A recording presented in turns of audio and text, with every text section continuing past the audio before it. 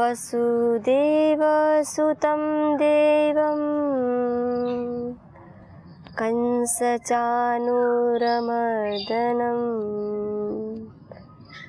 देवकी परमानन्दं नमामि योगेश्वरं नमामि योगेश्वरं नमामि योगेश्वरम। गीता स्वाध्याय में आप सभी का स्वागत है।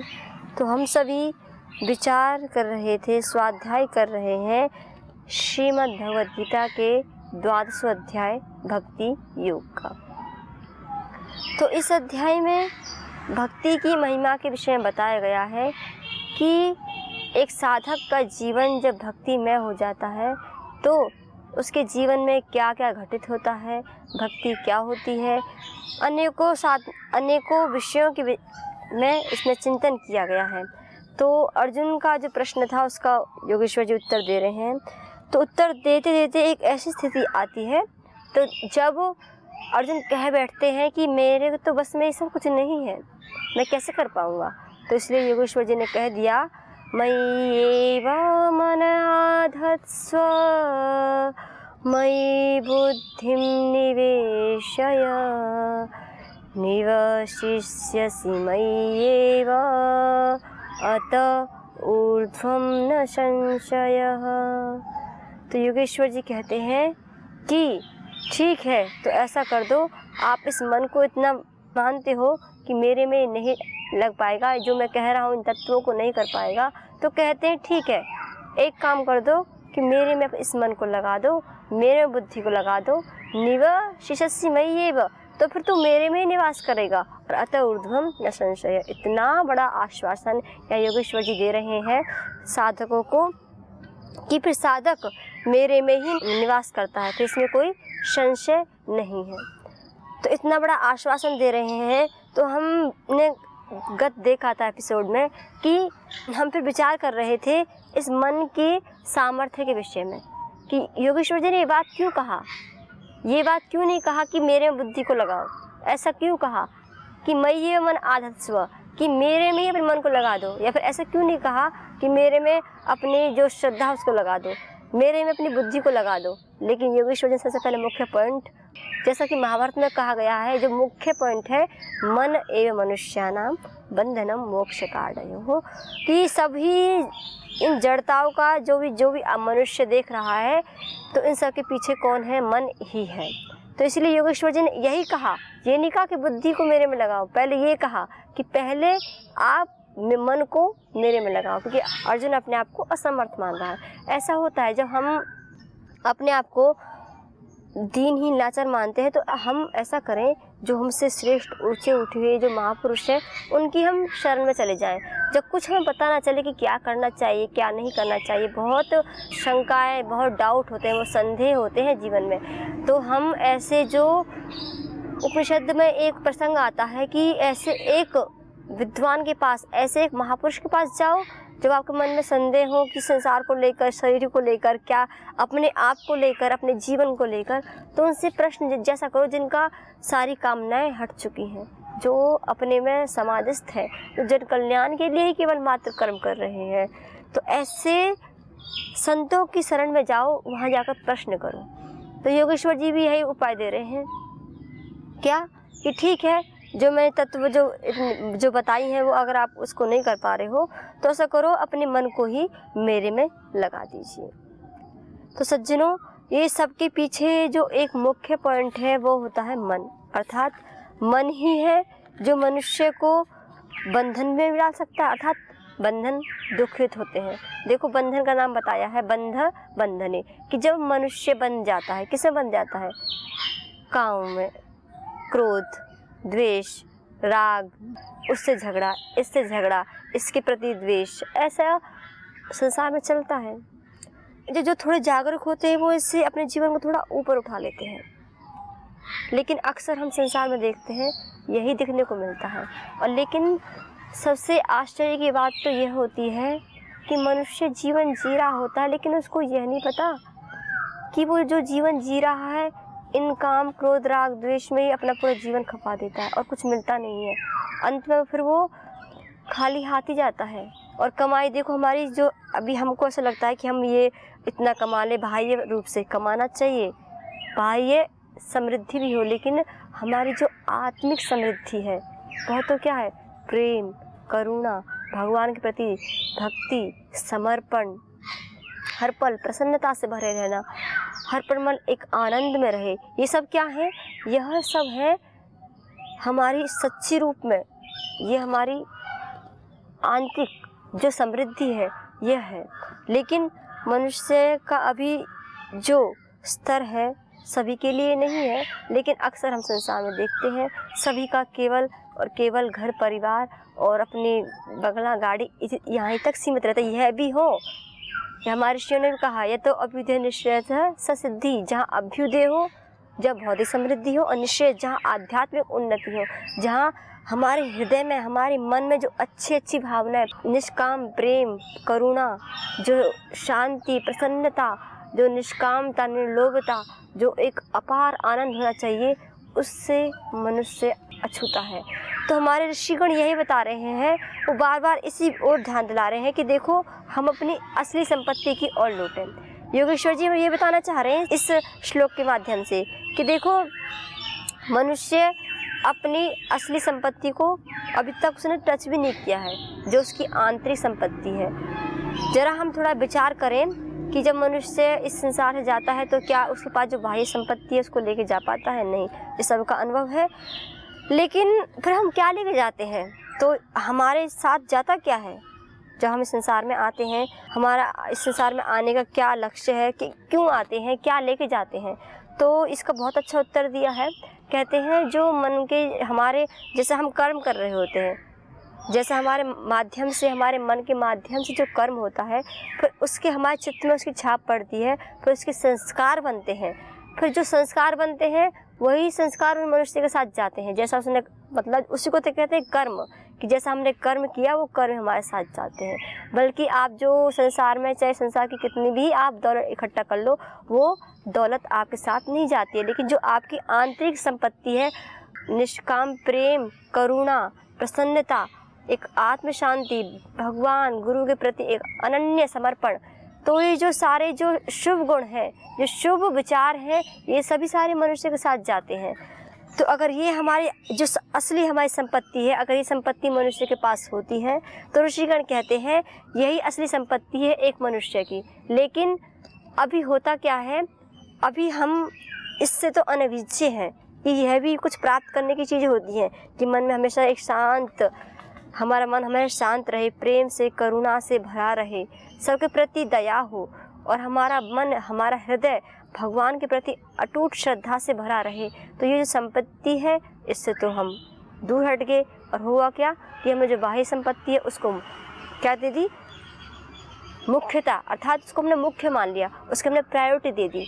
तो ऐसा हमने उसको मान लिया, तो आज यही कारण है सज्जनों कि आज संसार में जो मनुष्य है वह दुखित है।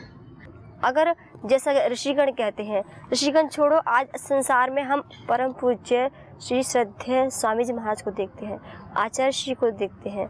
जब जो बातें परम श्रद्धेय से स्वामी जी महाराज बताते हैं, अगर कोई मनुष्य उसके एक पॉइंट को अपना ले, जैसे श्रद्धेय स्वामी महाराज कहते हैं कि मनुष्य को प्रतिदिन योग करना चाहिए, तो मनुष्य अगर एक ही पॉइंट को अपने जीवन में लेके आ जाता है, तो धीरे धीरे करके जो जितने भी शुभ गुण हैं सारे उसके अंतःकरण प्रकट होने लगते हैं। क्योंकि उसने एक सच्चे महापुरुष की उसने बात मानी, तो स्वतः ही उसने पूरी समर्पण श्रद्धा के साथ उनकी बातों का, उन पर पद चिन्ह पर चला, तो उसका जीवन स्वतः ही निर्मल और एक आनंद में हो जाता है।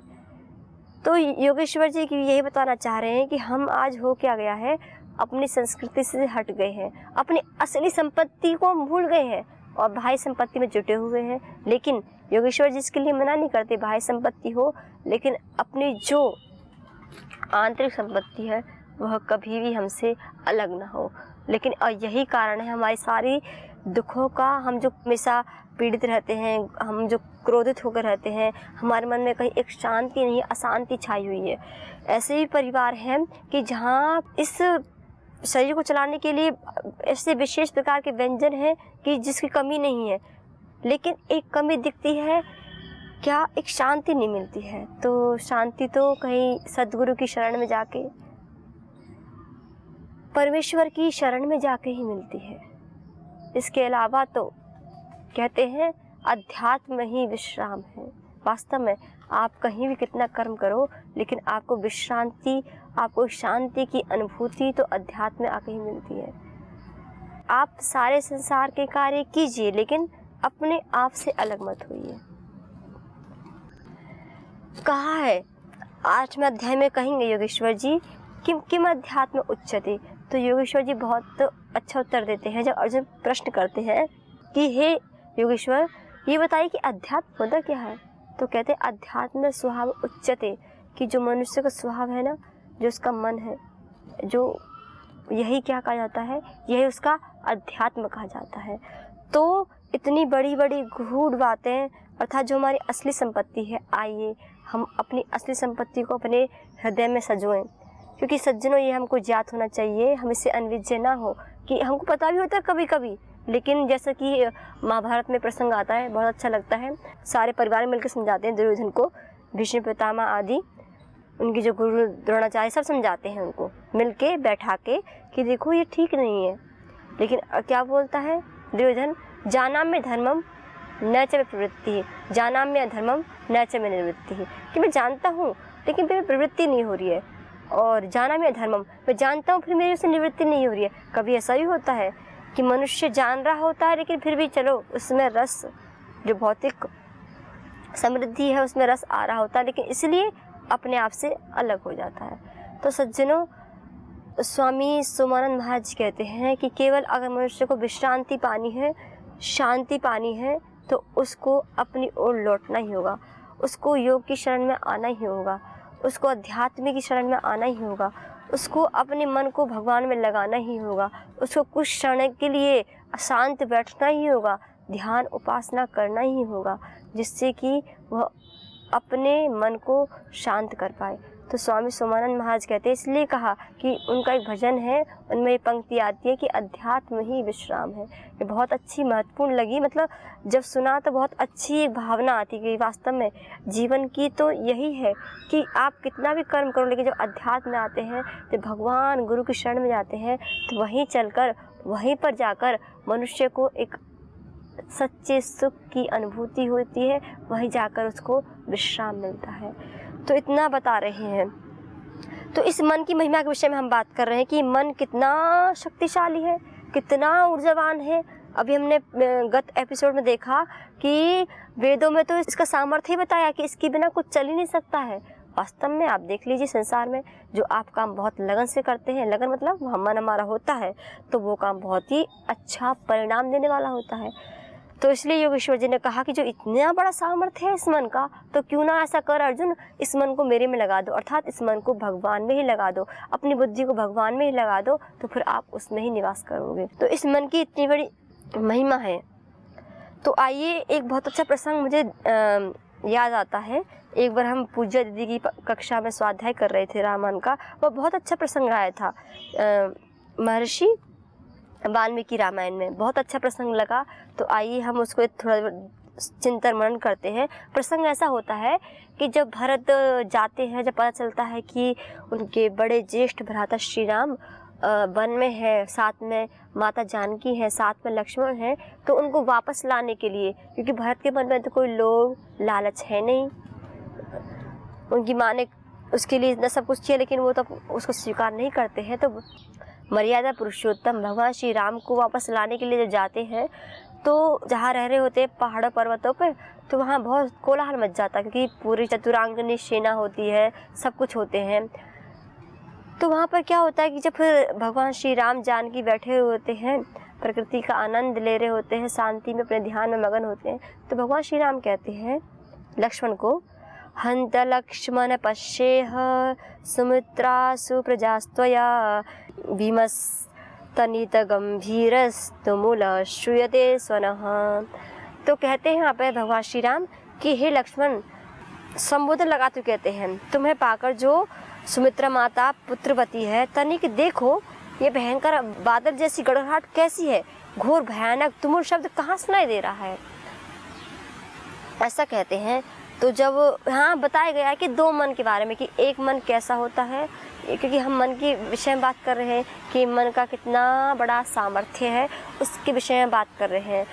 तो फिर जब बताते हैं, तो जब लक्ष्मण जी देख रहे होते हैं तो देखते हैं कि उधर से भरत जी आ रहे हैं, अर्थात पहले देखते हैं कि कोई आ रहा है राजा, ये नहीं पता भरत होता है। तो फिर पुनः मर्यादा पुरुषोत्तम भगवान श्री राम कहते हैं कि तनिक ये भी देख लो कि है कौन, उसकी ध्वजा को देखो। क्योंकि ऐसे आजकल क्या होता है, अब हम किसी व्यक्ति की पहचान करनी हो किस देश का है, तो उसका हम झंडे को, ध्वज को देखते हैं। तो ऐसे भी हर एक राज्य के लिए ध्वज होता था, तो उसके ध्वज को देखो, देखते हैं तो ये तो अयोध्या का है। तो फिर जो लक्ष्मण है तुरंत कहते हैं कि ऐसा करो भैया, जो है सीता माता को अंदर गुफा के अंदर छुपा दीजिए और जल्दी से तैयार हो जाओ, धनुष बाण बांध लीजिए। क्योंकि ऐसा लग रहा है कि अभी भी तक जो भरत है उसके मन की अभी जो शांति है पूर्ण नहीं हुई, अर्थात जो उसका मन शांत नहीं हुआ है हमको वन को भेजने के बाद भी। अभी वो हमारा अपने राज्य को निष्कटंक करने के लिए क्या कर रहा है कि यहाँ आ रहा है, अर्थात हमारा नाश करने के लिए यहाँ आ रहा है। तो ऐसे अनेकों विचार लक्ष्मण के मन में आते हैं। तो यहाँ हम दो प्रकार के मन देख रहे हैं, क्योंकि हमको, अगर हम भगवान को मन तभी लगा पाएंगे जब हमारा मन राममय होगा, अर्थात जैसे मर्यादा पुरुषोत्तम भगवान श्री राम का मन है, अगर हमारा मन ऐसा होगा तभी हम क्या कर पाएंगे, अपने मन को वहाँ लगा पाएंगे। तो कहा कि जो फिर बताते हैं कि फिर बहुत सारी बातें चलते हैं, फिर बोलते हैं कि आज तो मैं, भैया रोकना मत मेरे को, आज तो मैं भरत का वध ही कर दूंगा। अनेकों ऐसे विचार उनके मन में आते हैं। तो फिर लेकिन उधर मर्यादा पुरुषोत्तम भगवान श्री राम उनकी बातों को सुन रहे होते हैं और बहुत ही मुस्कुरा रहे होते हैं। तो देखिए, एक तरफ तो वो मन है, स्थिति एक जैसी है, देख सकते हैं स्थिति एक जैसी है, अर्थात स्थिति वही है। क्या स्थिति है कि भरत आ रहे हैं, एक भाई के मन में देखिए क्या आशंका है, क्या है कि वो हमको मारने के लिए आ रहा है, या फिर यहाँ से हमें दूसरे देश में भेजने के लिए आ रहा है। अनेकों विचार उसके मन में आ रहे हैं। सारे जितने भी मन के जो कुरूप विचार होने चाहिए वो उसके मन में आते जा रहे हैं। किसके? लक्ष्मण जी के मन में। लेकिन एक तरफ देखिए, भगवान श्री राम कहते हैं कि जरा ये सोचो, तनी विचार करो कि क्या कोई बचपन में हमारा भरत ने कोई अकल्याण किया था, कुछ हमारे विषय में कुछ अशुभ सोचा था क्या, जो अभी कर सकते हैं? ना भैया, ऐसा नहीं है बिल्कुल भी। और उसके विपरीत सोचते हैं तो उसको शांत करते हुए अपने मन के भाव को बताते हैं। क्या कहते हैं मर्यादा पुरुषोत्तम भगवान श्री राम? मैं समझता हूँ कि प्राण प्रिय और भ्रातृ वत्सल भाई भरत जब ननिहाल से अयोध्या आया होगा तो देखा होगा कि हम दोनों यहाँ पर नहीं हैं, और पिता को शोक से विपुल देखा होगा, तो वो हम दोनों को यहाँ से ले जाने के लिए आ रहा होगा, हम सभी को यहाँ से ले जाने के लिए। मुझे तो ऐसा लग रहा है, जैसा आप कह रहे हो यह तो मुझे नहीं लग रहा है। देखो, परिस्थिति एक जैसी है, भरत आ रहा है, लेकिन दोनों के मन के विचार के भाव देखिए। तो जैसे राम का विचार का भाव है, जैसे उसकी विचारने की जो उसकी शक्ति है मन की, अगर वही विचार भावना अगर मनुष्य की हो जाए तो तभी, जैसा कि योगेश्वर जी कह रहे हैं, तो हम अपने मन को समर्थ हो जाते हैं। तो ये हमारे मन में धीरे धीरे करते करते आता है कि हम फिर ऐसे जो हमारे सामने परिस्थिति आए तो हम उसका पॉजिटिव सोचें कि हाँ ऐसे होगा। होता क्या है, तुरंत हम नेगेटिव सोचने लगते हैं, और फिर उसकी ऐसी, जैसे कि लक्ष्मण की कैसे की श्रृंखला चली कि अब ऐसा करेगा, फिर उसकी मैं उसको मार डालूंगा, फिर पूरे परिवार का नाश कर दूंगा, अनेकों फिर उसकी एक श्रृंखला इसकी चालू हो जाती है। और जब चालू होती है तो फिर ये क्या होती है, विनाशकारी होती है, और फिर ये विनाश करने वाली होती है। तो इस प्रकार से मनुष्य के दो मन होते हैं कि एक तो होता है ऐसा सात्विक मन जो प्रतिपल प्रतिक्षण केवल शांत गंभीर रहते हुए पॉजिटिव जो थिंग्स हैं उन पर विचार करता है, और एक ऐसा मन होता है जो हमेशा नेगेटिव की ओर जाता है। तो सज्जनों, हम अपने मन को प्रतिपल प्रतिक्षण देखो परिस्थिति दोनों के सामने एक जैसी थी, हमारे सामने भी संसार में ऐसे होता है कि परिस्थिति होती है लेकिन हम उसका कुछ नेगेटिव पॉइंट निकाल लेते हैं। तो क्यों ना हम उसके पीछे कुछ पॉजिटिव पॉइंट निकालें, फिर अपने जीवन में आगे बढ़ते जाएं। जैसे कि मर्यादा पुरुषोत्तम भगवान श्री राम का ये जो उदाहरण है बहुत ही अच्छा लगा कि अगर हमें देखना हो कि मन भिन्न भिन्न हो सकते हैं तो ये इसका बहुत अच्छा दृष्टांत है। तो अब आगे इतना बताया। अब इसमें योगेश्वर ने तो बता दिया कि ऐसा करो, मेरे जो चित्त है, जो मन है, उसको मेरे में लगा दो। अब जो अगला श्लोक है, श्लोक में बताया गया कि भगवान ने पहले बताया कि अगर मन को मेरे में लगा दो, बुद्धि को मेरे में लगा दो, तो फिर कहा कि फिर वो अगर मन को लगा दिया, बुद्धि को लगा दिया तो आत्मा तो स्वयं उस की ओर अपने आप अग्रसित हो जाएगी। तो इतना कहने के बाद फिर अब जब मन बुद्धि को जो हम ईश्वर में लगा देते हैं तो ये इसके लिए श्लोक है। आगे कुछ और उपायांतर बता रहे हैं। उपायांतर मतलब एक उपाय पहले बता दिया कि अगर ठीक है आप जो मैंने बताए हैं जो साधन आप उसको करने में असमर्थ हो तो ऐसा करो, जैसा मेरा जीवन है ऐसा जीवन जियो। ये तो है कि प्रतिपल प्रतिक्षण हर पल केवल वह हम अपने महापुरुषों को देखें, हमारा मन उनकी ओर लगा रहे तो हमारा जो मन है स्वतः ही जो दुर्गुण है उनसे दूर हटता चले जाएगा। अब आगे बता रहे हैं क्या उपायांतर, दूसरा उपाय बता रहे हैं। तो कहते हैं अथ चित्तं समाधातुं न शक्नोषि मयि स्थिरम् अभ्यास योगेन ततो मामिच्छाप्तुं धनंजय। अब योगेश्वर जी कहते हैं अथ चित्तं समाधातुं न शक्नोषि मयि स्थिरम्। ठीक है अर्जुन, फिर देखते हैं। अर्जुन तो अभी डगमगा रहा है, अभी हाँ ना कुछ उत्तर कुछ भरा नहीं। भगवान अपनी बातें बताई जा रहे हैं, अभी हाथ जोड़ के बैठा हुआ है, हाँ ना कुछ नहीं किया है। तो भगवान को लगा कि अभी ये भी इसको अच्छा नहीं लगा कि मेरे मन को मेरे लगा दो, अर्थात इसमें भी करने में असमर्थ है।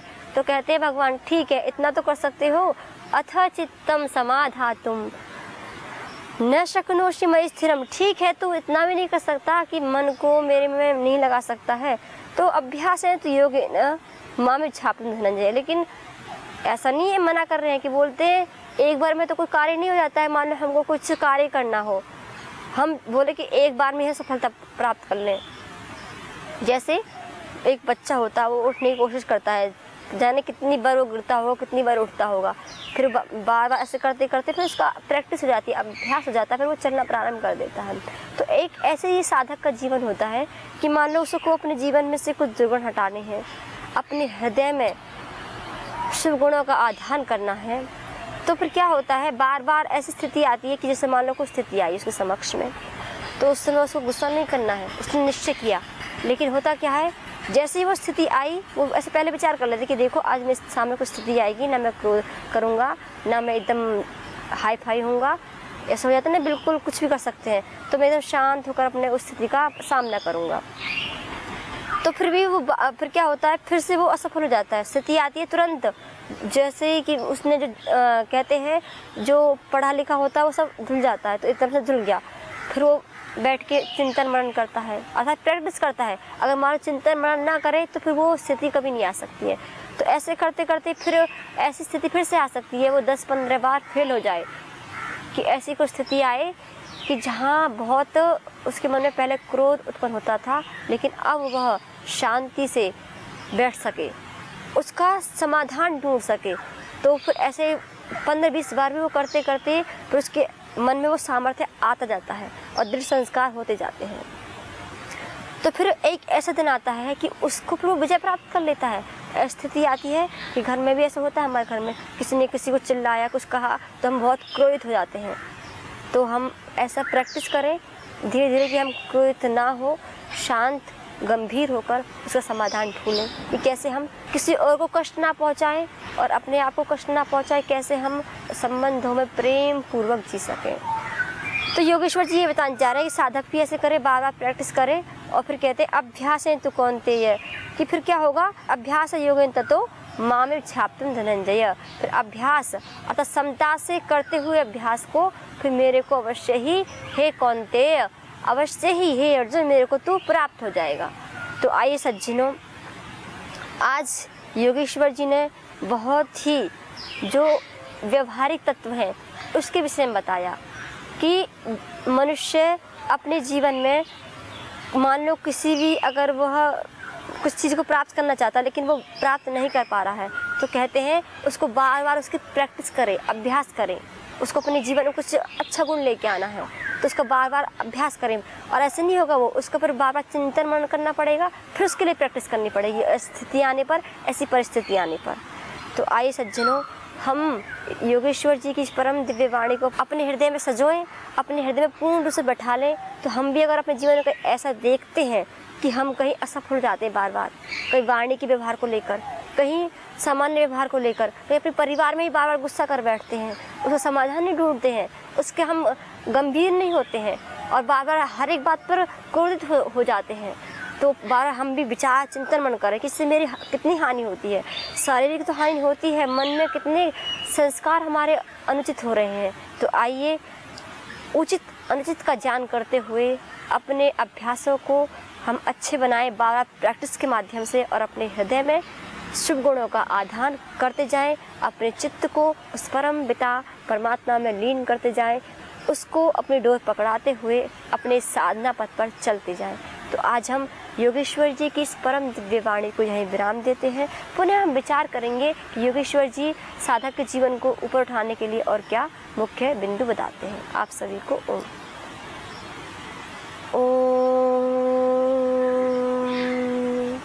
शांति शांति शांति।